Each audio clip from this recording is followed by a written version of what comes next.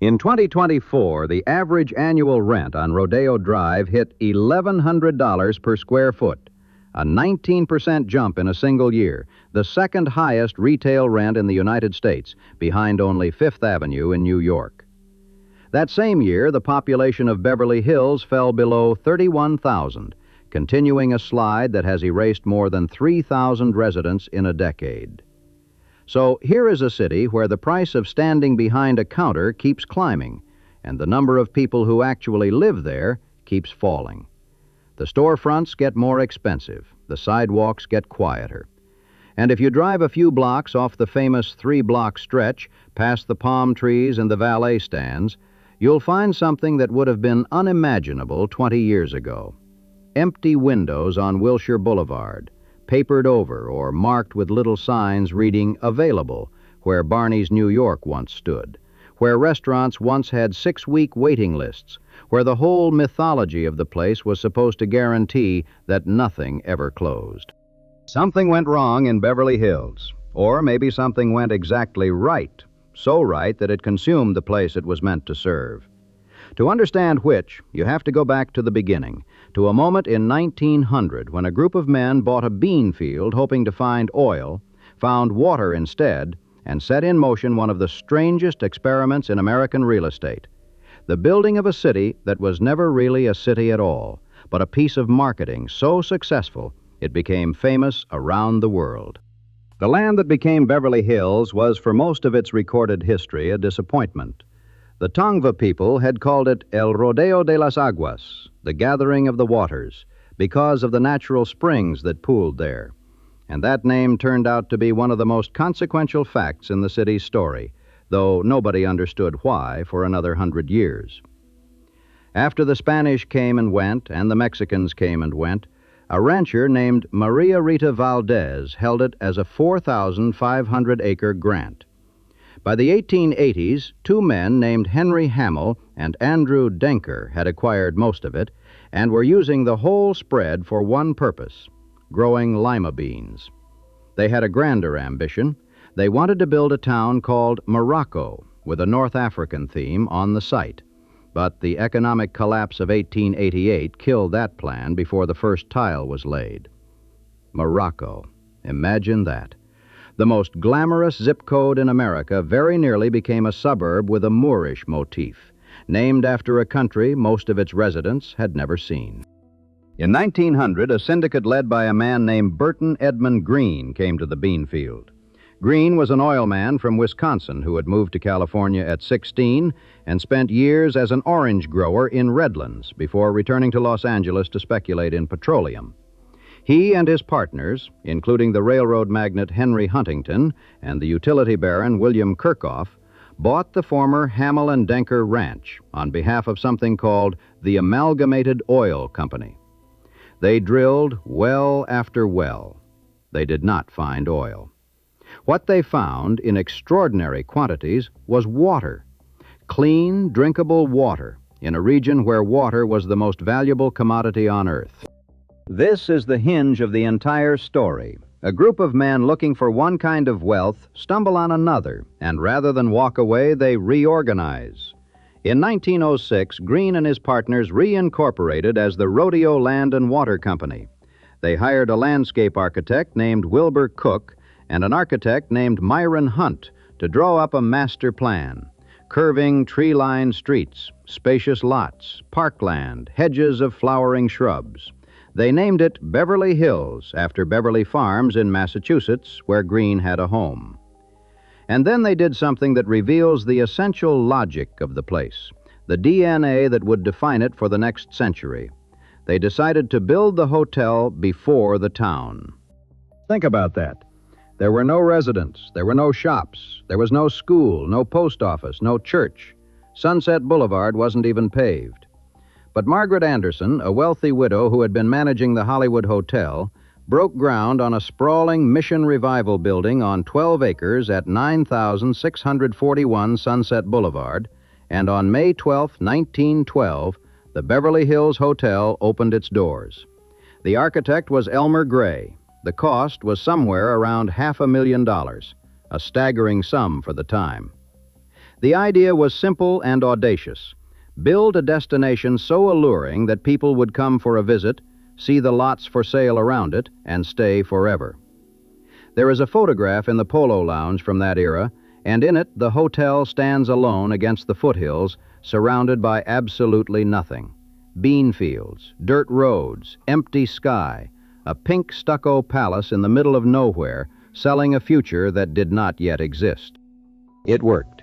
Visitors came, they bought land. By 1914, the population had grown enough for Beverly Hills to incorporate as an independent city, but it was still in those years a modest place. A few hundred residents, rutted roads, the hotel looming over everything like an anchor dropped into a prairie. What changed everything, what transformed a small real estate venture into a global myth, arrived in 1919 in the form of a wedding present. Douglas Fairbanks, the most athletic and charismatic actor of the silent film era, bought a hunting lodge on Summit Drive in the hills above Sunset Boulevard. He gave it to his new bride, Mary Pickford, the actress known universally as America's sweetheart. Over the next 5 years, they worked with architect Wallace Neff to transform the lodge into a 42-room estate with stables, tennis courts, servants' quarters, and a swimming pool that Life magazine would later describe as a gathering place only slightly less important than the White House and much more fun. The press fused their names together, Pickfair, and the coinage stuck. It became shorthand for a kind of fame that had never existed before, a fame tied not just to talent or achievement, but to a specific place, a specific address, a specific way of living. The other stars followed. That is the crucial point. They did not come first. The hotel came first, and the real estate pitch came first, and the curving streets came first. But when Fairbanks and Pickford moved in, they gave the whole enterprise something no amount of advertising could have bought: a reason to believe. Charlie Chaplin built nearby, Buster Keaton, Rudolph Valentino. Harold Lloyd built Greenacres, a far more lavish estate than Pickfair. Will Rogers settled in and became the city's honorary first mayor. Tom Mix, Clara Bow, Jack Warner, John Barrymore. By the mid-1920s, the Beanfield had become the most famous residential address in the Western Hemisphere, and it had happened in less than a generation, a speed of myth-making that has almost no parallel in American history. As for Pickfair itself, the house that started it all, the estate that Life magazine ranked just behind the White House, Pickford lived there until her death in 1979. In 1988, actress Pia Zadora and her husband bought the property for $7 million. They demolished the original mansion and replaced it with a Venetian-style palazzo.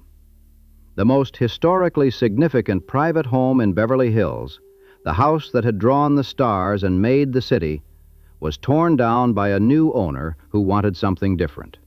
Nobody stopped it. Nobody could. Beverly Hills was also, it should be said, a whites-only community for much of this era. Restrictive covenants prohibited non-white residents from owning or renting property unless they were employed as servants. The glamour had a hard edge to it, and the paradise was built on exclusion. That matters for understanding the city's peculiar relationship with reality. It was always, from the very beginning, an edited version of the world, a place whose beauty depended on keeping certain people out. Then came the first crisis, and it revealed something about Beverly Hills that would prove more durable than any of its mansions. In 1923, the city began running out of water. The natural springs that the Tongva had named the place for were no longer sufficient. The proposed solution was annexation. Beverly Hills would become part of Los Angeles, which had plenty of water, thanks to the aqueduct William Mulholland had built from the Owens Valley.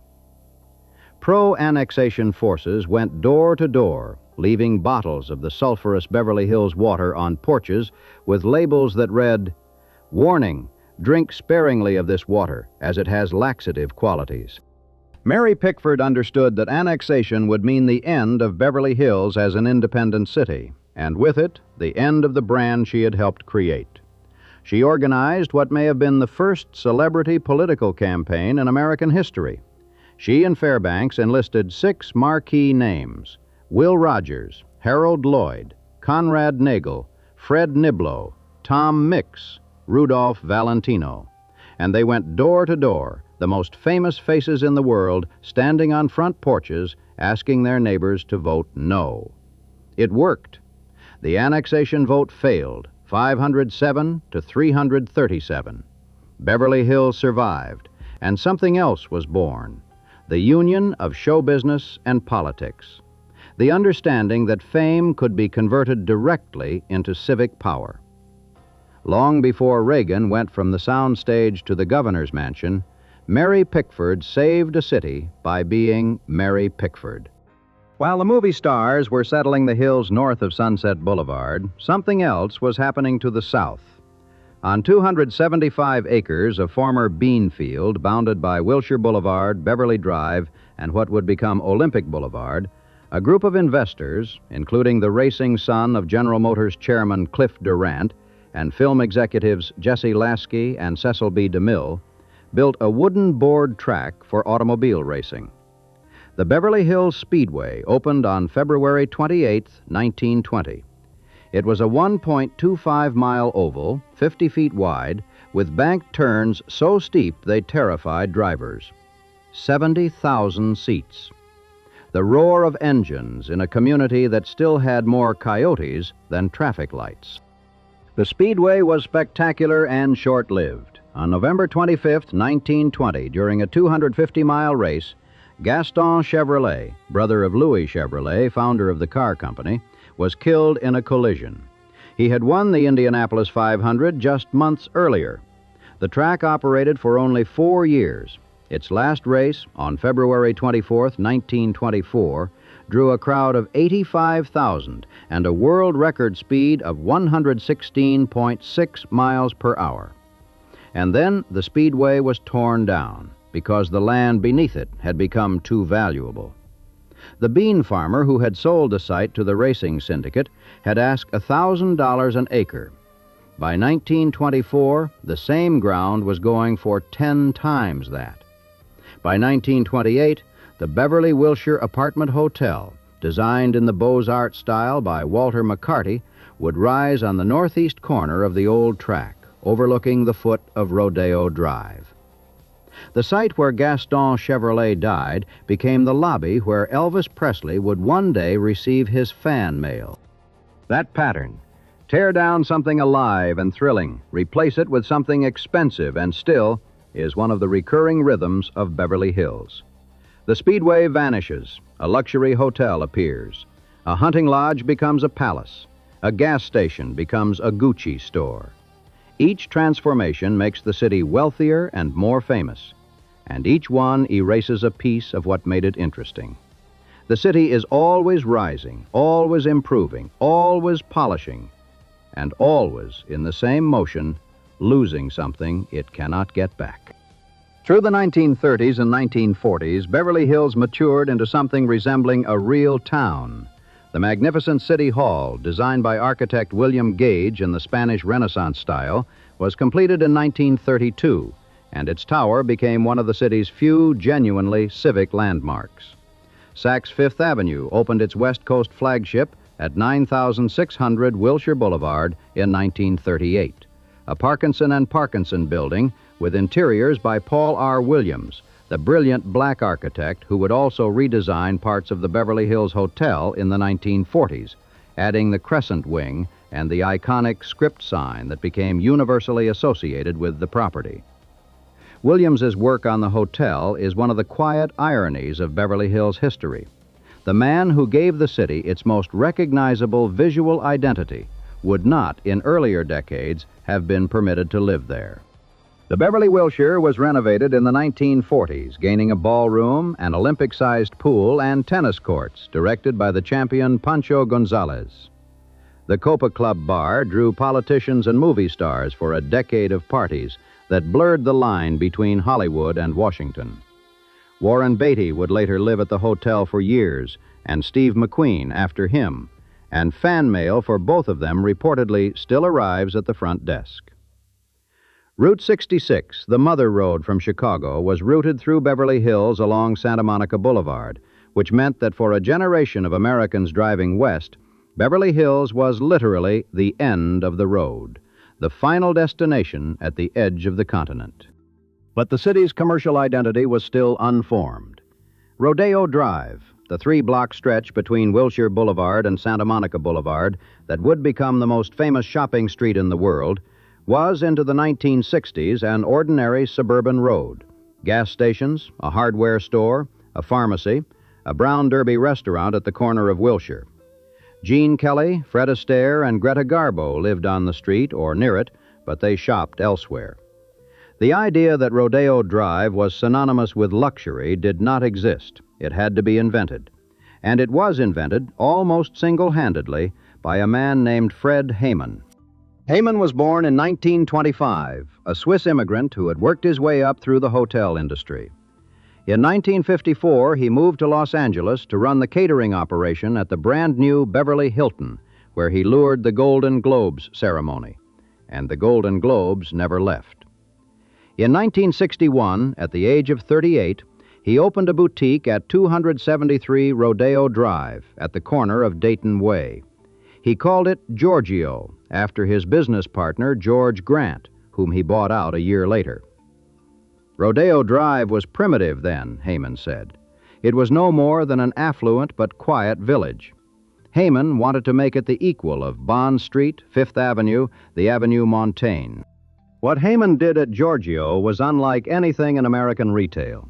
He installed an oak bar and a pool table in the store so that husbands could drink and play while their wives shopped. He had purchases delivered to customers' homes in a Rolls Royce. He draped the entrance in a yellow and white striped awning that became as instantly identifiable as the hotel's pink facade. He was, in a sense, extending the founding logic of Beverly Hills into commerce. Sell the experience, sell the lifestyle, and the products will sell themselves. One day, Imelda Marcos came in and bought a Nehru jacket in every color we had, he recalled. Giorgio was not a store. It was a set, and the customers were cast members, and Fred Hayman was the director. In 1972, Hayman and a group of retailers formed the Rodeo Drive Committee, an organization dedicated to recruiting luxury brands to the street. By the mid-1970s, Gucci, Tiffany, and Giorgio Armani had established boutiques. The transformation was swift and deliberate. By 1978, the Beverly Hills Chamber of Commerce was boasting that Rodeo Drive was the essence of the best of all the shopping centers of the world.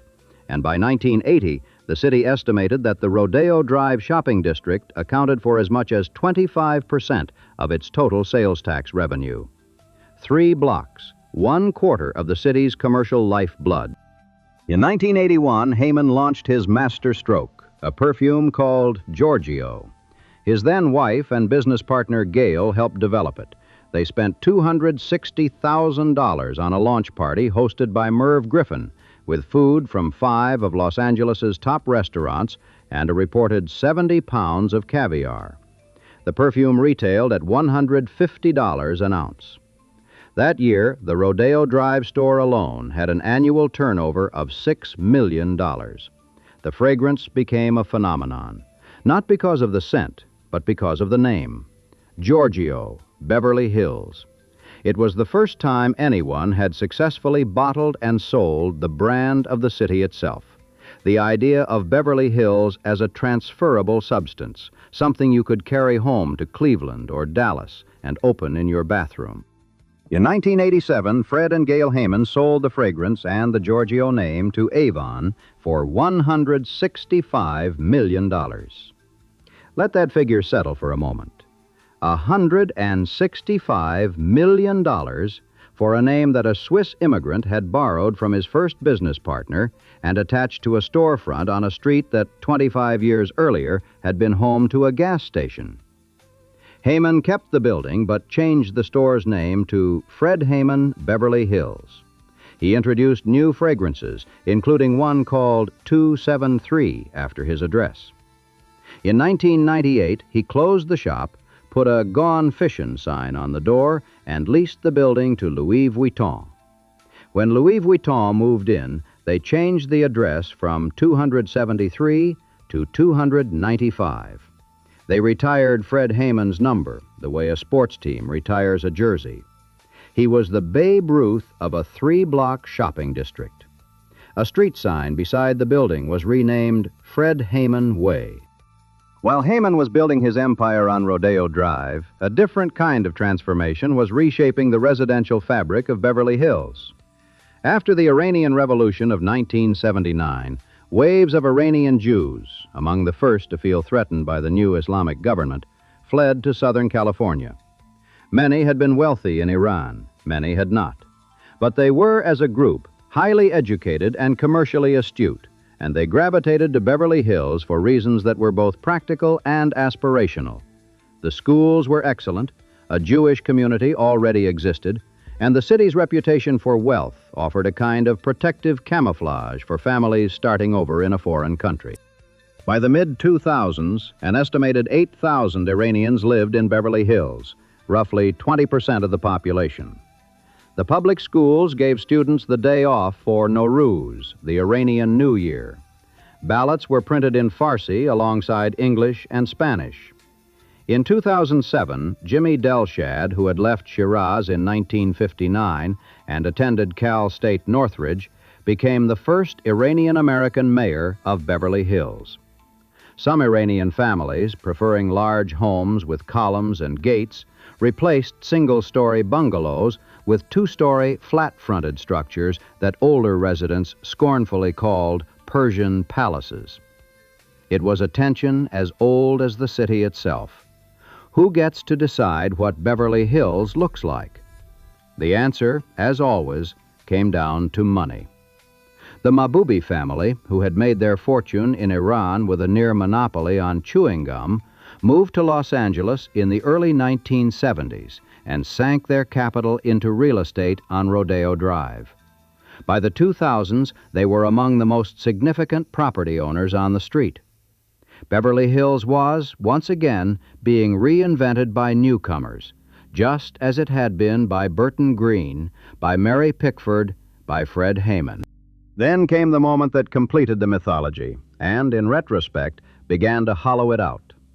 In 1990, Gary Marshall's romantic comedy Pretty Woman opened in theaters. Julia Roberts played a sex worker, Richard Gere played a corporate raider. The hotel at the center of the story was the Regent Beverly Wilshire, standing at the foot of Rodeo Drive exactly as it had since 1928. The exterior shots used the real building. The interior scenes were filmed on sets at a Hollywood studio, but they were modeled on the Wilshire's lobby and presidential suite with enough fidelity that guests would call for decades asking to book the Pretty Woman room. The film grossed $463 million worldwide and did something no amount of Rodeo Drive committee marketing could have accomplished. It made Beverly Hills universally legible, a single coherent image. The palm trees, the shopping bags, the hotel.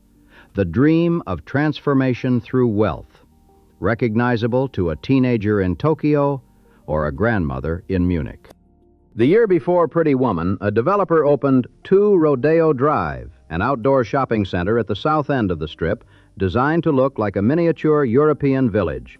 Cobblestone streets, pastiche facades, a winding lane that evoked a quarter of Rome or Paris, transplanted to a parking lot in Los Angeles. It was the first time Rodeo Drive openly admitted what it had always been, a stage set, and turned the admission into a selling point. Barney's New York opened its Beverly Hills flagship in 1994, a striking Italianate building at 9570 Wilshire Boulevard, designed by Jeffrey Hutchison and Peter Marino, with marble mosaic floors and enormous skylights. It became one of the most successful stores in the Barney's chain. The 1990s were the decade when Beverly Hills seemed to have perfected its formula. Mythological past plus celebrity present plus luxury retail equals perpetual relevance. And then, so gradually that almost nobody noticed it happening, the formula started to change. Not to fail exactly, to mutate. The critical shift was in ownership. For most of the 20th century, the buildings on Rodeo Drive were owned by local families, the Mabubis, the Haymans, various trusts tied to the founding developers. The retailers were a mix of international brands and independent operators. The street had personality. It had a bar with a pool table. But starting in the 2000s, a single entity began buying up Rodeo Drive with a patience and a bankroll that no local family could match. LVMH, Moet Hennessy Louis Vuitton, the Paris-based luxury conglomerate controlled by Bernard Arnault, the richest man in France and, periodically, the richest man in the world. The numbers are staggering. In 2016, LVMH paid $122 million for the House of Bijan at 420 North Rodeo Drive. At the time, the highest price per square foot ever paid on the street, nearly $19,500. In 2018, it bought an empty retail space at 456 North Rodeo for $110 million. That same year, it paid $245 million for the massive Brooks Brothers building at 468 North Rodeo, a property that had been owned by the trust of the family of Margaret Anderson, the same Margaret Anderson who had built the Beverly Hills Hotel in 1912. The French conglomerate was buying the city's origin story, one building at a time. In November 2018, LVMH acquired the Paley Center for Media Museum at 465 North Beverly Drive for $80 million.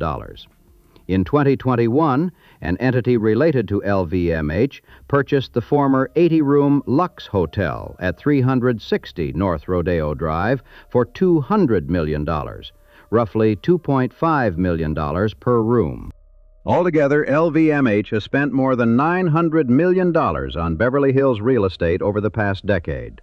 The firm plans a 115-room Cheval Blanc Hotel on the corner of Rodeo and Santa Monica Boulevard, and a 45,000-square-foot Louis Vuitton flagship designed by Frank Gehry. Hermès, not to be outdone, has spent $400 million on a 25,000-square-foot store at 338 North Rodeo, double the size of its current outpost.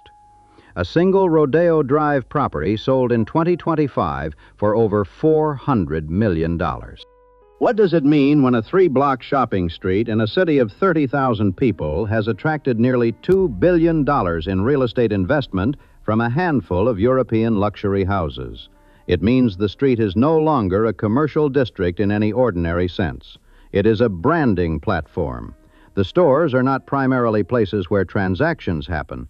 They are three-dimensional advertisements, physical embodiments of a corporate identity, showrooms for products that increasingly sell online. When you walk into a $400 million Hermès building, you are not a customer in a store. You are a visitor in a museum that happens to have a cash register. This is the paradox that has quietly overtaken Beverly Hills. The brand has never been more valuable. Rodeo Drive rents are at historic highs. The real estate investment is unprecedented. And yet, the place itself, the actual city, with its residents and its neighborhoods and its Wilshire Boulevard shops and its school enrollment and its daily life, is contracting. The population peaked at about 34,500 in 2003 and has been declining since. The 2020 census counted 32,581. The most recent estimate puts it below 31,000, and the annual rate of decline is accelerating. The median age is nearly 48. A quarter of the population is over 65. Barney's New York, which had been one of the most successful stores on Wilshire Boulevard, filed for bankruptcy in August 2019 and closed its Beverly Hills location in February 2020. The building sat empty until Saks Fifth Avenue relocated into it in 2024.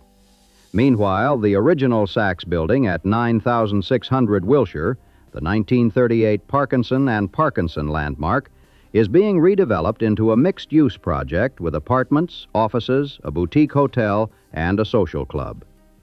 The fact that a flagship department store that had occupied the same building for more than 80 years is being replaced by a mixed-use development tells you everything you need to know about what has happened to retail in Beverly Hills. A store that sold things was replaced by a building that sells experiences, memberships, addresses.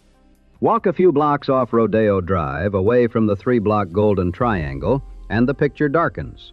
TikTok videos went viral in 2023 showing shuttered storefronts along Beverly Drive and Wilshire Boulevard. Former luxury retailers, banks, restaurants, all papered over with available signs. Beverly Hills' overall retail vacancy has crept up to around 8%, with tenants giving back 32,000 square feet of space in a single recent year.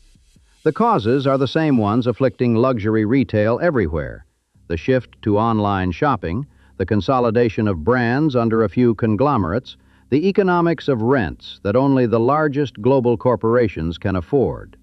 But in Beverly Hills, they carry a particular sting, because the entire identity of the city is built on the promise that these storefronts will always be full, that the sidewalks will always be busy, that the dream will always be open for business. And then there is the matter of safety, or the perception of it. On March 22, 2022, at about 2 in the afternoon, 5 men pulled up to Luxury Jewels of Beverly Hills on South Beverly Drive in a stolen gray SUV. They took sledgehammers and crowbars to the street-facing display windows. The owner, Peter Sedgy, was in his back office. He thought the sound was gunshots. He screamed for his employees to hit the floor, pressed the panic button, grabbed his own gun, and ran out. By the time he reached the street, the thieves were gone. They had made off with watches, bracelets, rings, and necklaces valued at roughly $2.7 million. One of the robbers dropped his cell phone. Another posted photos on Instagram of large stacks of cash with the caption, "Robbery Gang." They were caught within months. But the image, sledgehammers on Beverly Drive, in broad daylight, in the city where nothing bad was supposed to happen, traveled around the world. Beverly Hills was never a high-crime city, and it still isn't.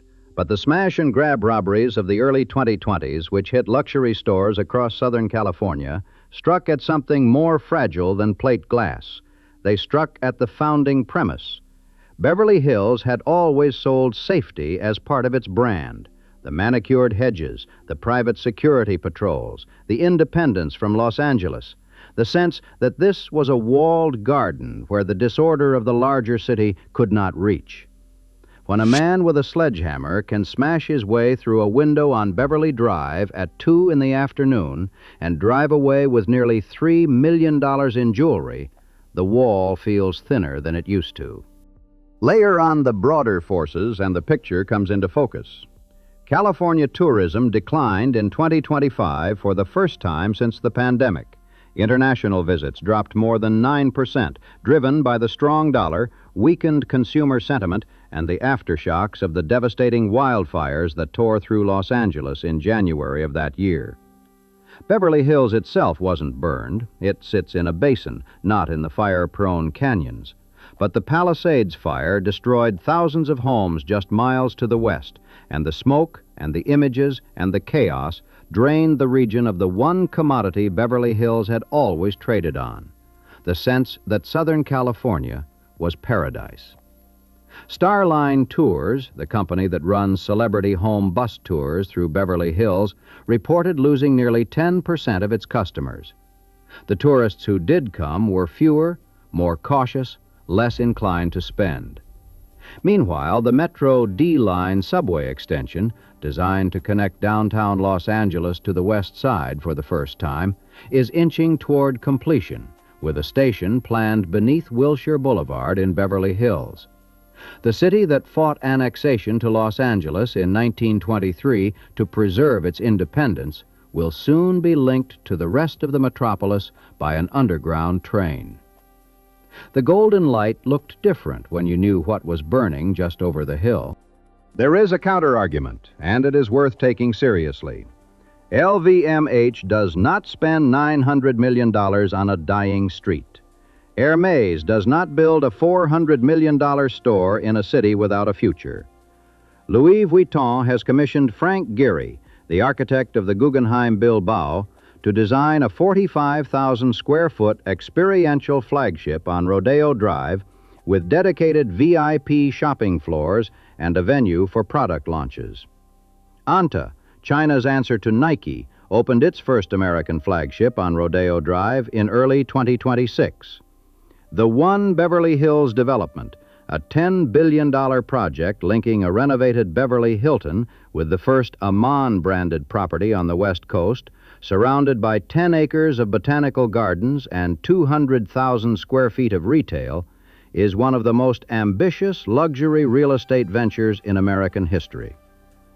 These are not the decisions of companies that have given up on Beverly Hills.